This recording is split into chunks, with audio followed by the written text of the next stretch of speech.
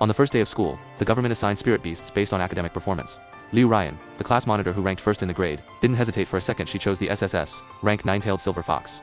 As the last place student, I only got assigned an S-rank white polar bear, but soon after, the extreme cold apocalypse arrived. Having formed a contract with the white bear, I shared its innate talent, cold resistance. Liu Ryan's 9-tailed fox hadn't grown strong enough. On the very first day of the apocalypse, it froze to death. Consumed by jealousy, Liu Ryan teamed up with other students to ambush my white bear. Right in front of me, they boiled its meat into a hot pot and ate it greedily. Overwhelmed by grief and rage, I coughed up blood and died on the spot. When I opened my eyes again, I was back on the day spirit beasts were assigned. I was about to pick up the white bear, just like in my past life, when Liu Ryan suddenly shouted, "Wait, I'll take the white bear, you can have the fox." The whole class stared in shock. Even the head teacher frowned in disapproval. Everyone knew the white fox was the purest blooded spirit beast cub here. Its ancient bloodline concentration reached 80%. It was far stronger than the white bear, which only had 20% bloodline purity, and was looked down on as a lowly animal. The teacher warned her, "Choosing the right spirit beast decides your future growth limit." Liu Ryan replied confidently, "I have top grades and cultivate fast. I need this white bear more." Her words earned loud applause from the class. The head teacher nodded approvingly, but I didn't want the white fox. I tried to take it back, yet the white fox suddenly formed a forced contract with me. After bonding with me, it closed its eyes dizzily and fell asleep. I knew it well. This popular white fox would become a useless burden in just half a month. And Liu Ryan definitely knew it too. From the moment she gave up the fox and stole my white bear, I was certain she was reborn, just like me. In my past life, Liu Ryan took the white fox, and I could only bond with the unwanted white bear. I never expected half a month later, the extreme cold apocalypse would come, plunging the whole world into minus 50 degrees Celsius absolute frost. The noble-blooded white fox needed far longer to mature than other mixed-blood spirit beasts. When the apocalypse hit, it was still a helpless cub that only knew how to nurse. It froze to death that same day. But my white bear, well fed and raised, had entered its adolescent stage. At minus 50 degrees Celsius, I shared its cold resistance talent, making me the one who feared the cold least in the apocalypse. Liu Ryan went mad with envy. She tried several times to tempt my white bear to break its contract with me and become her spirit beast. The bear refused every time. Rejected over and over, she flew into a rage. She spread rumors that eating white bear meat would grant cold resistance. Then, while we were out searching for supplies, Liu Ryan and her allies killed me and my white bear. The bear became their food. I stared at the white bear with a heavy heart. We had been deeply bonded in my past life. I never thought she would steal it in this life.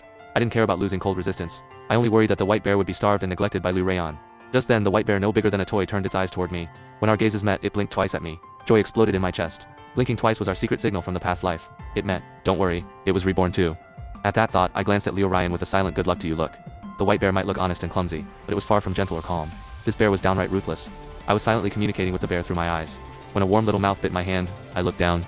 It was my white fox, beautiful, but completely useless, waking up. At the front of the class, the teacher was explaining how to draw contract formations. He said most spirit beasts were arrogant, and contracts were almost always initiated by humans. I froze. If I hadn't seen it with my own eyes, who would believe a noble white fox had forced a contract on me? I whispered to the fox, "Why did you bond with me voluntarily?" The white fox answered, "Liu Ryan smells like rotten soul. You don't." I finally understood why it had chosen me. Back in the classroom, Liu Ryan finished drawing her contract formation first, and tried to bond with the white bear. The formation wrapped around the cub. Secretly, the white bear channeled its spiritual energy, and altered 2 lines of the formation. It quietly changed a normal equal contract into a master-servant contract with the bear as the master, and Liu Ryan as the servant. We'd found this forbidden formation in a ruin during an outer training trip in my past life. I never thought the bear would use it to trap Liu Ryan. Thinking the contract was a success, she held the white bear and glanced at me triumphantly. I hid my hand under the desk and gave the bear a quiet thumbs up. After everyone had bonded with their spirit beasts, the teacher handed out cultivation supplies to each student. I kept 1 snack for myself, and fed the other 19 to the white fox. It crunched through them like potato chips. Before I even left the classroom, my snacks were all gone. My classmates stared at me in disbelief. To be honest, in my past life, I'd always been generous with resources for my white bear. Most students split supplies 4 to 1 with their beasts. I always split mine 50 to 50. Partners deserved equal shares. But even with the bear, I'd never been this generous with the white fox. Not only did my classmates think I was crazy, I thought I was going crazy too. I suddenly remembered. The white fox and I shared a bloodline contract.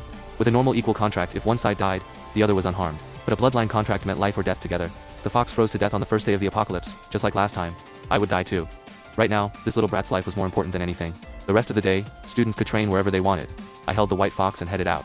As I passed Liu Ryan, she stepped in front of me and whispered, only loud enough for me to hear, "I know you're reborn too.